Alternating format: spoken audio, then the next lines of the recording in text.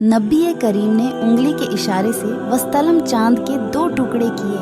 हजरत अनस रजी अल्लाह अन्हु से रिवायत है कि मक्का शरीफ के कुफ्फार काफिरों ने सल्लल्लाहु रसूल अल्लाह से सवाल किया कि आप अगर नबी हैं तो अपनी नबुव्वत की कोई निशानी दिखाएं, हमें मोजिज़ा दिखाएं। तो रसूल अल्लाह ने चांद की तरफ अपनी उंगली से इशारा करके चांद के 2 टुकड़े कर हजरत इब्ने मसूद रजी अल्लाह अन्हु से रिवायत है कि रसूल अल्लाह के ज़माने में चांद के 2 टुकड़े हुए एक पहाड़ के ऊपर था और एक नीचे। तो नबी करीम ने फरमाया, ए लोगों इस पर गवाह रहो।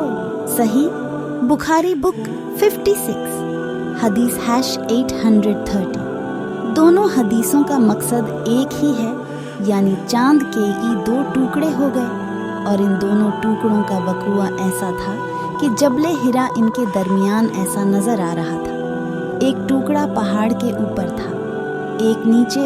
इमाम फखरुद्दीन राजी ने फरमाया कि कुछ लोगों को यह वहम हुआ कि चांद के 2 टुकड़े फरमाने का मोजिज़ा एक हौलनाक अमर था। अगर यह वाक़ई होता तो तमाम रुए ज़मीन के लोग देखते और हदीस के रावी कसीर तादाद में होते। इसी तरह हदीस मुतावातिर होती। हालांकि यह खबर वाहिद है, तो इसका जवाब दिया गया कि जो इस हदीस और मोजिज़ा को मानते हैं उनके नज़दीक कसीर मिक़दार में उसे लोगों ने नक़ल किया है, इसलिए यह मुतावातिर है। लेकिन मुखालफीन को हो सकता है कि गफलत तारी हो गई हो। जिस तरह सूरज को ग्रहण लगता है तो कोई तवज्जोह करता है और कोई नहीं करता। अल्लामा नूवी रहमतुल्लाह अलैहि ने शरह मुस्लिम में इसकी वजह बयान की है कि नबी करीम के ज़माने में कसीर लोग इस मोजिज़ा को क्यों नहीं देख सके थे। आप फरमाते हैं कि यह मोजिज़ा चांद के 2 टुकड़े होना रात को वहाँ हुआ और बड़े बड़े लोग गाफिल होकर सोए हुए थे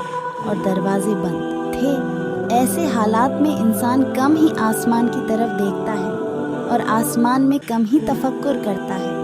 और शरह सुन्ना में यह भी जिक्र है कि मुतालबा भी एक ख़ास कौम ने किया था और उन्होंने ही देखा था कि दूसरे लोग गाफिल होकर सो रहे थे। हिंदुस्तान का दिया शहर के राजा ने अपने महल से चांद के 2 टुकड़े हो जाने का मौजिज़ा देखकर अपना एलची हुजूर की बारगाह में भेजा और इस्लाम कबूल कर लिया। वर्टिकल बार सवानेह हरमैन में राजा का नाम अब्दुल्लाह लिखा है। वर्टिकल बार सीरत रसूल अरबी। क्या आप जानते हैं? सफ़ा 920।